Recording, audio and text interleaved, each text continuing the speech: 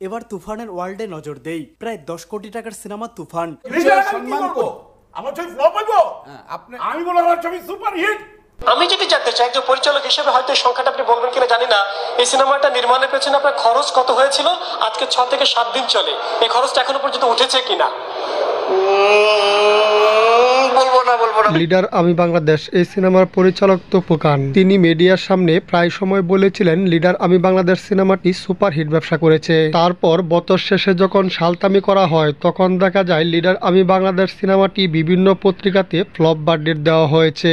আমার হিসাবে লিডার আমি বাংলাদেশ সিনেমাটি গ্রস আয় করেছিল প্রায় 14 কোটি টাকা এবং নেট আয় করেছিল প্রায় 3 কোটি টাকা। আমার হিসাবে লিডার আমি বাংলাদেশ সিনেমাটি বক্স অফিসে এভারেজ ব্যবসা করেছিল। আসলে বাংলাদেশের সব পরিচালকরাই বলে থাকেন যে আমার ছবিটা সুপার হিট ব্যবসা করেছে বা ব্লকবাস্টার হিট ব্যবসা করেছে। বড় বাজেটের ছবি যখন এক সপ্তাহের মধ্যে আমরা বলে ফেলি ব্লকবাস্টার, তার মানে আমরা সিনেমার ব্যবসা করে ফেলছি। পরিচালক রায়হান রাফি মনে হয় ভুলে গেছে তুফান সিনেমাটির বাজেট 8 থেকে 10 কোটি টাকা।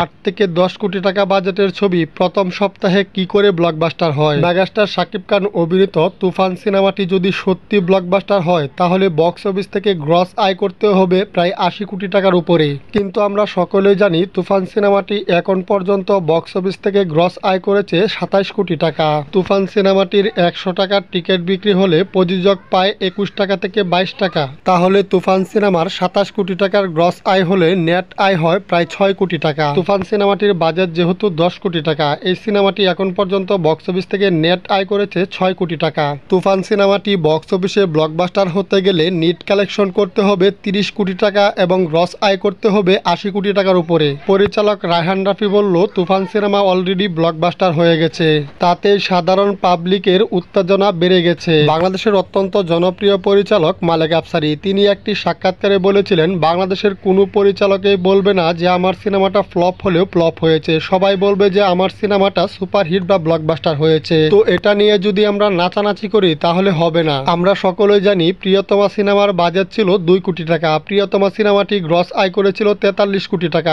এই জন্যই কিন্তু সিনেমাটা ব্লকবাস্টার হিট হয়েছিল।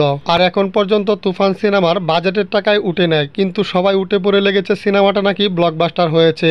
আসলে সিনেমাটা ব্লকবাস্টার হয়েছে, তবে সিনেমার ব্যবসা এখন পর্যন্ত এভারেজই হয়েছে। সর্বশেষ একটা কথাই বলবো, বাংলাদেশের সব পরিচালকরাই বলবে আমার সিনেমা সুপার হিট বা ব্লকবাস্টার, তবে পরিচালকের কথার পিছনে দৌড়লে হবে না। তুফান সিনেমাটা কত টাকা ব্যবসা করেছে সেটা দেখেই বলতে হবে যে তুফান সিনেমাটি সুপার হিট বা ব্লকবাস্টার হয়েছে। মেগাস্টার শাকিব খান অভিনীত তুফান সিনেমাটি প্রিয়তমা সিনেমার রেকর্ড ভাঙতেই অনেক কষ্ট হবে।